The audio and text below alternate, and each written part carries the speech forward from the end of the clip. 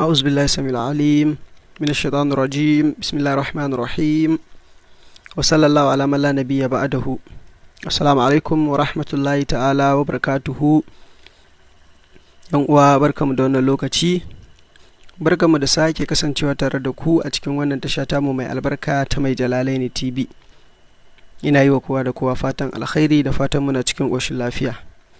A yau ina maza ma'aurata waɗanda su matsalarsu a rayuwa kwata-kwata shine saurin inzali ko kuma saurin kwanciyar gaba a lokacin da mutum ya yi inzali ko rashin iya komawa bayan mutum ya yi inzali.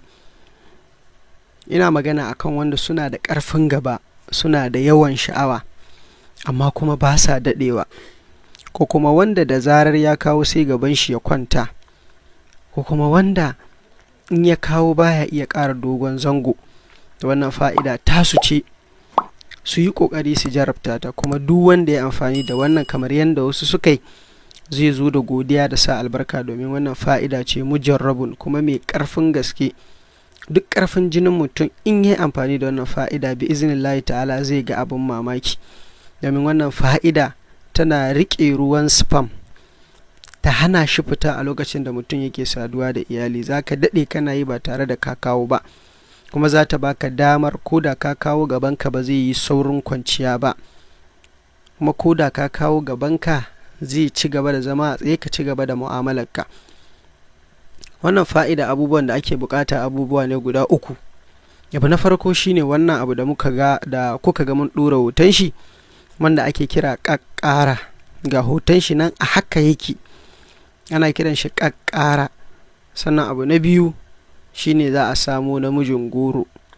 Sannan abu na uku shine za a samo kanumfari. Wannan su ne abubuwa kaɗai da ake bukata.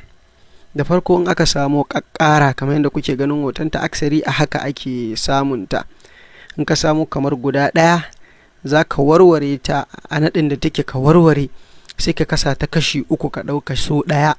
Za ka samu roba faro ƙarama, sai ka zuba wannan a ciki, amma ka wanke, sannan ka zuba a ciki. Ka kawo namijin goro guda 10, ka yanka shi ƙanana, ka zuba a ciki. Ka kawo kanumfari babban cokali guda 2, ka zuba shi a ciki, sai ka sa ruwa ka cika wannan jarka. Amma in ka cika kar ya zama habbaki, kaɗan baggab kaɗan. Sannan ka sa murfi ka rufe, kuma rufewan kar ka rufe shi gamgam, ka rufe sama-sama. Sannan ka ajiye shi sai ya yi awa 12.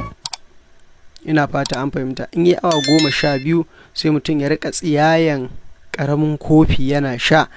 In ya ci abinci, ka sha da safe, ka sha da daddare. In ka sha da safe, ka sha da daddare, sai ka ƙara ruwa. Sai washe gari ka sake tsiyaya, ka sha da safe, ka sha da daddare, sannan ka ƙara ruwa. Wannan fa'ida ko baka tare da iyali, in kana da aure ko baka kusa da su, kai amfani da ita. Amma ina tabbatar maka in dai ka je ga iyali, za ka ga bambancin da za ka samu yana da yawa kwarai da gaske akan da, domin zai zama kana daɗewa baka kawo ba, kuma ko ka kawo ba za ta yi saurin kwanciya ba. Yan uwa, a yi ƙoƙari kar a yi wasa da wannan fa'ida. Insha Allahu in aka gwada za a ga tasirinta.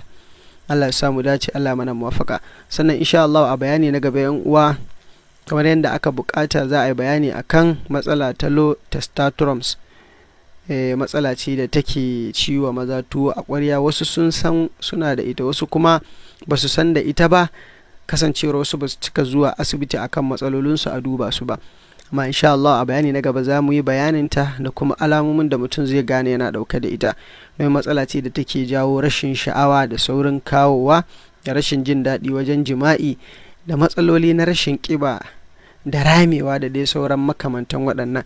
Amma insha Allah ku kasance da mu a wannan tasha mai albarka ta hannun danna subscribe, sannan a danna ƙararrawa domin kasancewa da sanarwa a duk lokacin da muka aje wannan bayani.